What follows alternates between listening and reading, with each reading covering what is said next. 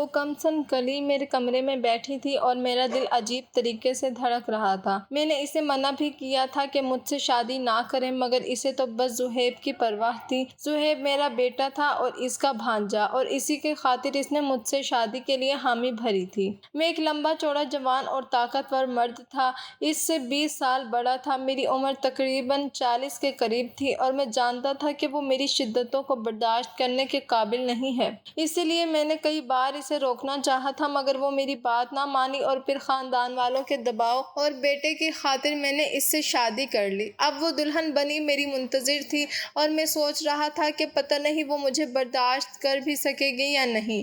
یہی سوچتے ہوئے میں کمرے کے اندر داخل ہوا تو میرے ایک دم ہی ہوش اڑ گئے، کیونکہ وہ تو خود ہی میرے سامنے میری اور تبسم کی محبت کی شادی تھی۔ ہم کالج کے زمانے سے ساتھ تھے اور ایک دوسرے کو بہت چاہتے تھے۔ جب ہم نے یہ بات اپنے گھر والوں کو بتائی تو ہمارے گھر والوں نے جلد ہی ہمارا رشتہ طے کر دیا۔ پھر کاروبار کے سلسلے میں مجھے دوسرے شہر شفٹ ہونا پڑا اور یوں میری اور تبسم کی زندگی ایک نئے شہر میں نئے طریقے سے شروع ہوئی۔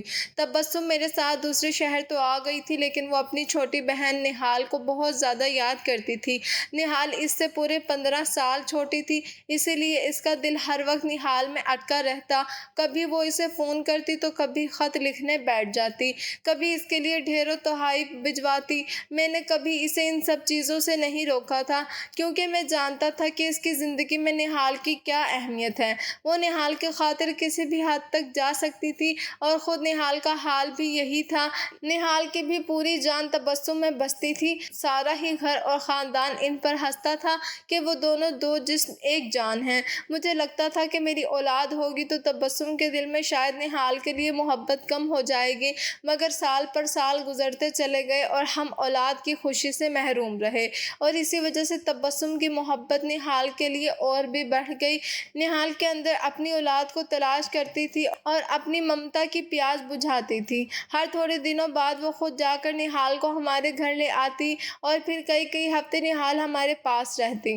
وہ میرے سامنے بالکل بچی تھی جو دھیرے دھیرے جوان ہو رہی تھی، مگر میرے اور اس کے درمیان ایک خاص فاصلہ تھا۔ شاید ہم دونوں کے درمیان عمر کا فرق اتنا تھا کہ میں نے کبھی اس سے دوستی کرنے کا نہیں سوچا، بلکہ میں بھی شاید اسے ایک بچی کی نظر سے ہی دیکھتا تھا، اور کبھی کبھی تو مجھے یہ بھی محسوس ہوتا تھا کہ وہ میرے اور میری بیوی کے درمیان ایک دیوار کی طرح ہے، کیونکہ تبسم جب بھی بات کرتی وہ نہال کا ذکر ضرور کرتی۔ ہم کہیں شاپنگ پر جاتے تو وہ مجھ سے زیادہ اس کے لیے خریداری میں دلچسپی لیتی، اور جیسے ہی نہال کی چھٹیاں ہوتی تو وہ اسے ہمارے گھر لے آتی۔ ایسا نہیں تھا کہ میں اسے ناپسند کرتا تھا، لیکن کبھی کبھی میرا دل چاہتا تھا کہ تبسم صرف میری بات کرے۔ میں تبسم سے اتنی محبت کرتا تھا کہ اسے لے کر حد سے زیادہ پوزیسو تھا، لیکن یہ سوچ کر چپ ہو جاتا کہ وہ اولاد کی کمی کو ختم کرنے کے لیے نہال کو اپنے پاس رکھتی ہے۔ لیکن پھر کئی سالوں بعد ہماری زندگی میں وہ خوشخبری آئی جس نے زندگی کے معنی ہی بدل دیے۔ تبسم امید سے ہو گئی تھی، مجھے لگا تھا کہ اب وہ نہال کو چھوڑ کر اپنی اولاد پر توجہ دے گی، لیکن اس نے اپنی پریگننسی میں بھی نہال کو اپنے ساتھ ہی رکھا تھا، یہاں تک کہ بچے کی ہر چیز اس نے نہال کی مرضی اور اس کی پسند سے خریدی تھی۔ نہال بھی بہت زیادہ خوش ہوتی، ہر چیز میں اپنی پسند بتاتی اور بہت زیادہ ایکسائٹڈ ہوتی کہ اب اس کے لیے ایک اور بیبی آ جائے گا۔ تبسم کے ماں باپ بھی بہت خوش تھے اور میری فیملی بھی۔ وہ سب دوسرے شہر میں رہتے تھے، صرف نہال ہی تھی جو ہر تھوڑے دن بعد ٹریول کر کے ہمارے پاس چلی آتی تھی۔ لیکن اس کے آنے سے جس طرح تبسم کا دل بہلتا، میں بھی مطمئن ہو جایا کرتا تھا۔ پھر ڈیلیوری کا وقت آیا تو مجھ سے زیادہ نہال پریشان تھی۔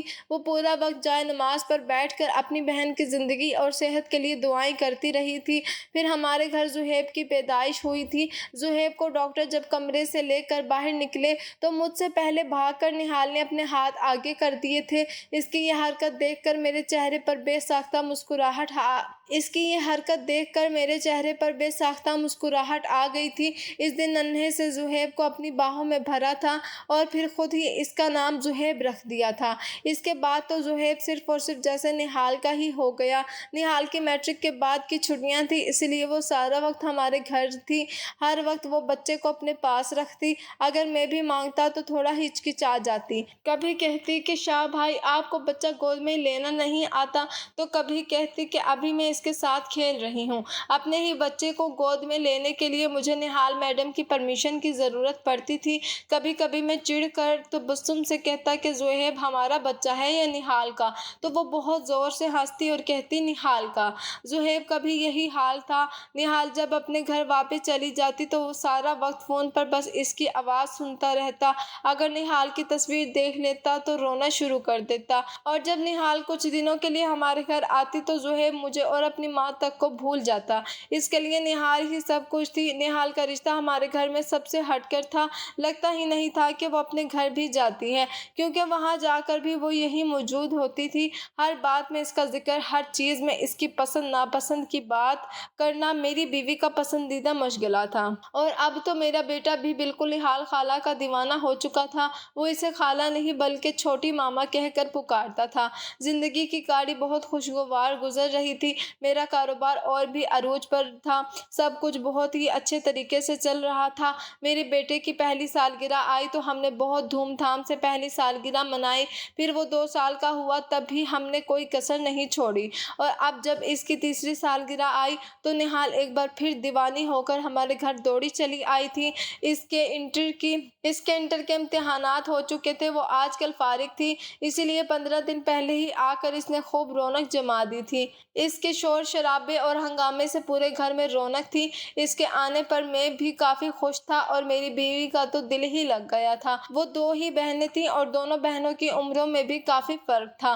میری بیوی اپنی ہی بہن سے تقریباً 15 سال بڑی تھی، اور اسی لیے وہ نہال کو اپنی چھوٹی بہن کم اور بیٹی زیادہ مانتی تھی۔ اب بھی نہال کے آنے پر اس کا چہرہ کھل اٹھا تھا۔ نہال اور میرا بیٹا زہیب آپس میں بہت گہرے دوست بن چکے تھے۔ اللہ نے ہمیں بھی بہت سالوں کی آزمائش کے بعد اولاد دی تھی، اسی لیے نہال اپنے بھانجے پر واری صدقے جاتی تھی۔ یہ میرے بیٹے زہیب کی تیسری سالگرہ تھی، جس کی تیاری کے خاطر نہال پہلے سے ہی ہمارے گھر رہنے آ گئی تھی۔ میرا بہت بڑا کاروبار تھا، پیسہ دولت ہر چیز موجود تھی، اور اسی لیے میں نے اپنے بچے کی ہر خوشی ہمیشہ ہی بہت دھوم دھام سے کی تھی، اور ہمیشہ ہی نہال پہلے سے ہمارے گھر آ جاتی اور خوب تیاری کرواتی۔ وہ اپنی چھٹیوں میں بھی اکثر ہمارے گھر ہی رہنے آ جاتی تھی، اور مجھے اس بات پر کوئی اعتراض نہیں تھا، کیونکہ اس کے آنے سے میری بیوی کھل اٹھتی، اور اپنی بیوی سے مجھے جان سے زیادہ محبت تھی۔ وہ دن کہکوں اور رونقوں سے بھرے ہوتے تھے۔ نہال کا بچپنا پورے گھر میں بکھرا رہتا۔ کبھی وہ زہیب کو گود میں لیے پورے صحن میں دوڑتی، تو کبھی اپنی آپی سے فرمائشیں کرتی کہ اسے شہر کے سب سے بڑے مال سے شاپنگ کرنی ہے۔ میری بیوی جو اسے واقعی اپنی بیٹی سمجھتی تھی، اکثر مجھے دیکھ کر مسکراتی اور کہتی، دیکھ لیں شاہ صاحب، نہال نے تو زہیب کو مجھ سے بھی زیادہ اپنا بنا لیا ہے۔ کبھی کبھی تو مجھے رشک آتا ہے کہ زہیب اپنی ماں سے زیادہ اپنی خالہ کے قریب ہے۔ میں ہنس کر جواب دیتا، یہ تو اچھی بات ہے، کل کو جب زہیب بڑا ہوگا تو اس کے پاس اپنی ماں جیسی ہی ایک اور ہستی بھی ہوگی جو اس پر جان چھڑکے گی۔ زہیب کی تیسری سالگرہ کا دن آیا تو نہال نے پورے گھر کو غباروں اور روشنیوں سے سجا دیا تھا۔ وہ خود ایک پرپل رنگ کے فراک میں بالکل کسی گڑیا کی طرح لگ رہی تھی، جبکہ زہیب نے بالکل ویسا ہی سوٹ پہنا تھا جیسے سوٹ کا کلر نہال کا تھا۔ اس شام میری بیوی بہت خوش تھی۔ رات کو جب مہمان چلے گئے تو نہال زہیب کو سلانے کے لیے لے گئی، تو میری بیوی نے میرا ہاتھ پکڑ کر کہا، اگر زندگی میں کبھی مجھے کچھ ہو جائے تو آپ زہیب کو نہال سے دور مت کیجیے گا۔ وہ صرف اس کی خالہ نہیں بلکہ اس کی ماں جیسی ہی ہے۔ میں نے اسے ڈانٹ دیا کہ ایسی باتیں کیوں کر رہی ہو، مگر وہ بس مسکرا کر رہ گئی۔ اسے شاید آنے والے طوفان کا احساس ہو چکا تھا، مگر میں نہیں سمجھ سکا تھا۔ نہ مجھے اپنی بیوی کی آنکھوں کی تکلیف سمجھ آئی تھی، اور نہ ہی وہ چھپی ہوئی بات جو شاید اگر میں وقت رہتے سمجھ جاتا تو بہت کچھ بدل سکتا تھا۔ میری بیوی کا رویہ پچھلے کچھ مہینوں سے بہت عجیب ہو گیا تھا۔ وہ اکثر گھنٹوں نہال اور زہیب کو کھیلتا دیکھتی رہتی، اور پھر اچانک اس کی آنکھوں میں آنسو آ جاتے۔ ایک دن جب میں آفس سے جلدی گھر آ گیا تو دیکھا کہ وہ نہال کے بالوں میں تیل لگاتے ہوئے اسے بہت پیار سے سمجھا رہی تھی کہ نہال دیکھو، شاہ صاحب کتنے نفیس انسان ہیں،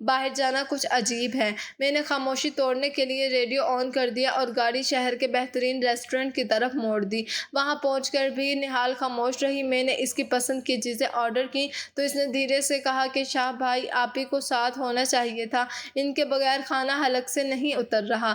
میں نے اسے سمجھایا کہ تمہاری آپی کی طبیعت ٹھیک نہیں تھی، اس لیے وہ نہیں آئیں۔ تم جلدی سے کھانا کھاؤ، پھر ہم گھر چلیں گے۔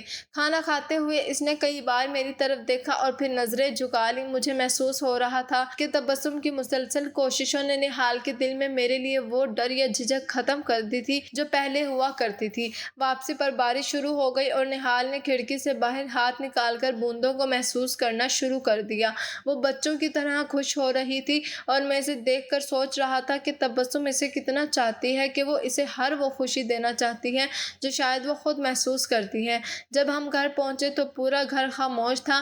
میں نے سوچا تبسم سو گئی ہوگی۔ میں نہال کو اس کے کمرے تک چھوڑ کر اپنے کمرے میں داخل ہوا تو دیکھا کہ تبسم جائے نماز پر بیٹھی رو رہی تھی۔ میں گھبرا گیا اور اس کے پاس جا کر پوچھا کہ تبسم، کیا ہوا؟ تمہاری طبیعت زیادہ خراب ہے کیا؟ اس نے اپنا سر میری گود میں رکھ دیا اور ہچکیاں لیتے ہوئے کہنے لگی کہ شاہ صاحب، میں بہت ڈر رہی ہوں۔ مجھے لگ رہا ہے کہ میرے پاس وقت بہت کم ہے اور میں زہیب اور آپ کو اکیلا نہیں چھوڑنا چاہتی۔ میں نے اسے ڈانٹا کہ تم پھر وہی فضول باتیں کر رہی ہو، مگر اس نے میرا ہاتھ تھام لیا اور کہنے لگی کہ آپ نے دیکھا نہال آپ کے ساتھ کتنی خوش تھی، وہ آپ کا کتنا خیال رکھتی ہے۔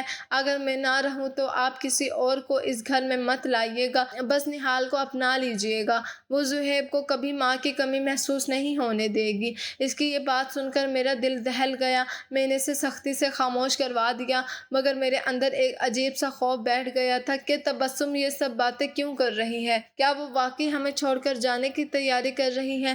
اس رات میں سو نہ سکا اور نہال کے وہ الفاظ میرے کانوں میں گونجتے رہے کہ آپ ہی کہتی ہیں، آپ کی آنکھوں میں سکون ہے۔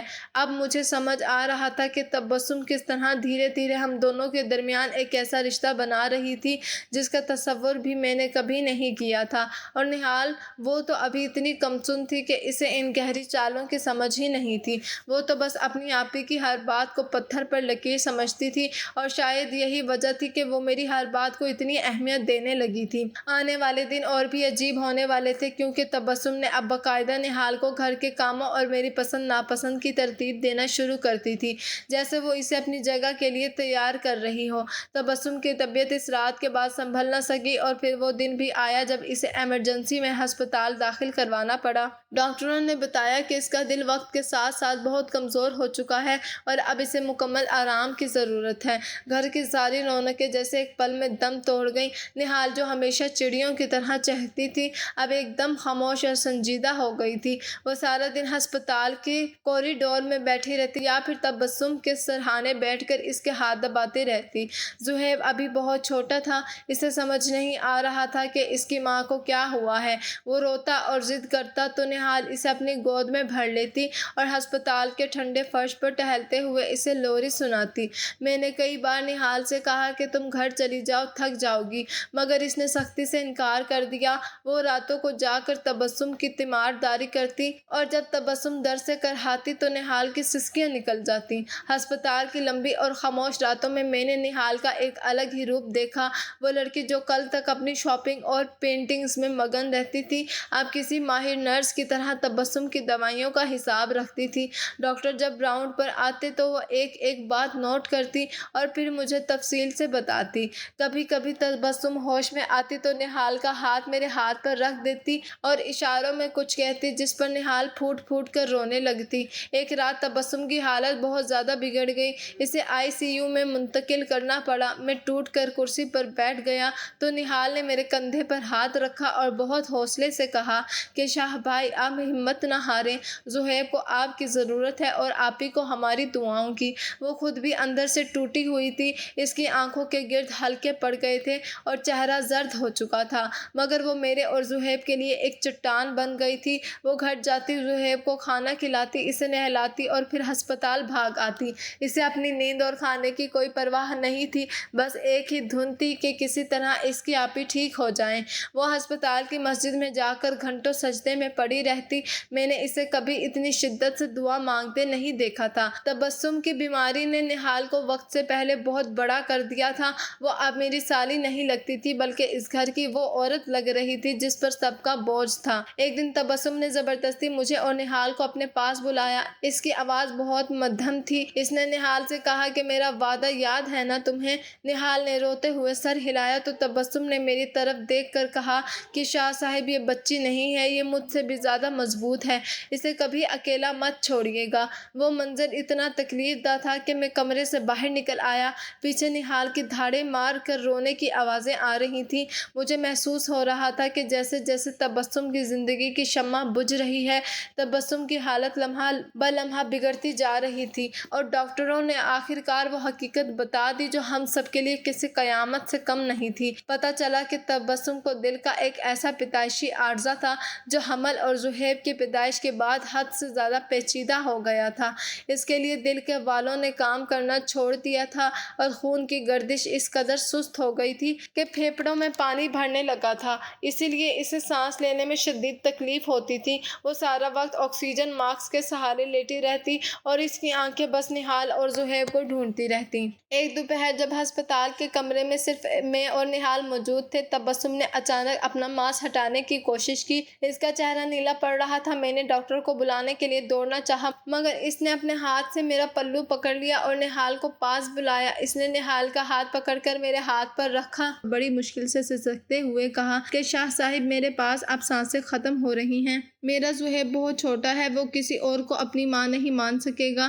آپ نہال کو میری جگہ دے دیں، یہ صرف میری بہن نہیں میرا عکس ہے۔ یہ کہہ کر اس کی ہچکی بند گئی اور مانیٹر پر چلتی ہوئی لکیر سیدھی ہو گئی۔ تبسم ہمیں ہمیشہ کے لیے چھوڑ کر جا چکی تھی۔ نہال کے منہ سے ایک ایسی چیخ نکلی جس نے ہسپتال کے در و دیوار ہلا دیے۔ وہ تبسم کے سینے پر سر رکھ کر بین کرنے لگی کہ آپی آپ مجھے اس موڑ پر کیسے چھوڑ سکتی ہیں؟ ابھی تو میں نے آپ کے ساتھ کتنے خواب دیکھے تھے۔ میں نے اسے سنبھالنے کی کوشش کی مگر وہ بدحواس ہو کر کبھی ڈاکٹروں کے پیچھے بھاگتی تو کبھی تبسم کے ٹھنڈے ہاتھوں کو گرم کرنے کی کوشش کرتی۔ گھر لائے تو کہرام مچا ہوا تھا۔ زہیب بار بار اپنی ماں کو پکارتا اور نہال اسے اپنے کلیجے سے لگا کر کمرے کے ایک کونے میں دبک جاتی۔ اس کی آنکھوں کے آنسو خشک ہو چکے تھے مگر اس کا چہرہ بتا رہا تھا کہ اس کے اندر کچھ ٹوٹ گیا ہے۔ تدفین کے بعد جب گھر میں خاموشی چھائی تو نہال نے زہیب کی ذمہ داری ایسے سنبھالی جیسے وہ کوئی منجی ہوئی عورت ہو۔ وہ سارا دن زہیب کے کام کرتی، اسے وقت پر کھلاتی پلاتی اور رات کو اسے اپنے ساتھ سلا لیتی۔ خاندان کی عورتیں باتیں کرنے لگی تھی کہ اتنی جوان لڑکی کا اپنے بہنوئی کے گھر رہنا ٹھیک نہیں ہے مگر نہال کو کسی کی پرواہ نہیں تھی۔ اس کے ذہن میں بس تبسم کا وہ آخری وعدہ تھا جو اس نے مرتے وقت لیا تھا۔ ایک دن میرے سسرال والوں نے آ کر نہال کو واپس لے جانے کی بات کی تو نہال نے صاف انکار کر دیا اور کہا کہ میں زہیب کو چھوڑ کر کہیں نہیں جاؤں گی، چاہے زمانہ کچھ بھی کہے۔ اسی دباؤ میں اور حالات کی نزاکت کو دیکھتے ہوئے بڑوں نے فیصلہ کیا کہ اب نہال اور میرا نکاح کر دیا جائے۔ میں نے بہت مزاحمت کی کہ وہ ابھی بچی ہے، اس کی عمر ہی کیا ہے، مگر نہال نے سب کے سامنے آ کر کہا کہ شاہ بھائی اگر آپ نے مجھے اس گھر سے نکال دیا تو میں مر جاؤں گی، میں آپ کی امانت کو کسی سوتیلی ماں کے حوالے نہیں ہونے دوں گی۔ یوں ایک اداس سی شام میں ہمارا نکاح پڑھا دیا گیا۔ میں 40 سال کا ایک اجڑا ہوا مرد اور وہ 17 سال کی معصوم لڑکی جو اب میری بیوی بن چکی تھی، مگر میرے دل میں بس ایک ہی ڈر تھا کہ کیا وہ واقعی مجھے اور اس رشتے کو برداشت کر پائے گی۔ نکاح کے بعد جب میں اپنے کمرے کے دروازے پر پہنچا تو میرے قدم من بھر کے ہو رہے تھے۔ ذہن میں وہی سب باتیں گردش کر رہی تھی کہ نہال ابھی بہت چھوٹی ہے، اس کی نازک جان میری سختیوں اور اس رشتے کی شدت کو کیسے جھیل پائے گی۔ میں نے تو اسے ہمیشہ ایک بچی کی طرح دیکھا تھا اور اب وہ میری شریک حیات بن چکی تھی۔ میں نے جیسے ہی ہچکچاتے ہوئے کمرے کا دروازہ کھولا تو سامنے کا منظر دیکھ کر میرے ایک ہی دم ہوش اڑ گئے، کیونکہ وہ تو خود ہی میرے سامنے اپنے عروسی جوڑے میں ملبوس فرش پر بیٹھی زہیب کے کھلونے سمیٹ رہی تھی۔ اس کے بھاری لباس کی وجہ سے اسے جھکنے میں دشواری ہو رہی تھی مگر اس کی پوری توجہ سوئے ہوئے زہیب پر تھی۔ جیسے ہی اس نے میری آہٹ سنی وہ تیزی سے کھڑی ہو گئی۔ اس کے چہرے پر وہ روایتی دلہنوں والا ڈر نہیں تھا بلکہ ایک عجیب سی سنجیدگی تھی۔ میں نے اسے دیکھتے ہی کہا کہ نہال تم ابھی بھی چاہو تو انکار کر سکتی ہو، میں زبردستی تمہیں اس بندھن میں نہیں باندھنا چاہتا۔ میں تم سے 20 سال بڑا ہوں اور میری زندگی اب وہ نہیں رہی جو تمہاری ہونی چاہیے تھی۔ اس نے اپنی بڑی بڑی آنکھوں سے میری طرف دیکھا اور بہت دھیرے سے بولی کہ شاہ صاحب انکار کا وقت تب تھا جب آپی زندہ تھیں، اب تو میں ان کا وہ ادھورا خواب ہوں جو انہوں نے مرتے وقت دیکھا تھا۔ آپ کو کیوں لگتا ہے کہ میں ٹوٹ جاؤں گی یا پھر میں آپ کو برداشت نہیں کر پاؤں گی؟ میں نے آپی کی بیماری میں ہسپتال کے وہ دن دیکھے ہیں جہاں موت سامنے کھڑی تھی۔ میں نے ان کی آخری ہچکی اپنے ہاتھوں پر محسوس کی ہے۔ جو لڑکی موت کو اتنے قریب سے دیکھ لے وہ زندگی کے کسی رشتے سے نہیں ڈرتی۔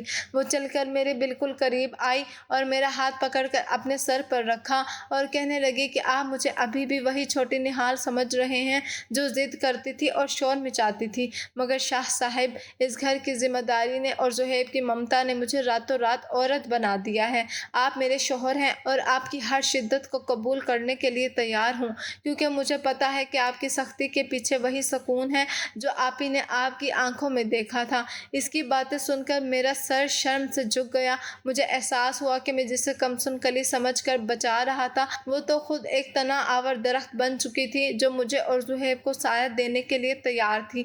اس رات میں نے پہلی بار نہال کو ایک سالی یا بچی کی نظر سے نہیں بلکہ اپنی اس بیوی کی نظر سے دیکھا جو میری زندگی کے اجڑے ہوئے گلشن کو دوبارہ مہکانے آئی تھی۔ میں نے اس کا ہاتھ تھاما اور ہم دونوں نے مل کر زہیب کے سر پر ہاتھ رکھا۔ تب مجھے یقین ہو گیا کہ تبسم نے جو فیصلہ کیا تھا وہ غلط نہیں تھا۔ نہال نے واقعی اسے مرنے کے بعد بھی زندہ کر دیا تھا اور یوں ہماری زندگی کا ایک نیا سفر شروع ہوا جو عمر کے فرق سے نہیں بلکہ احساس اور ذمہ داری کے بندھن سے جڑا ہوا تھا۔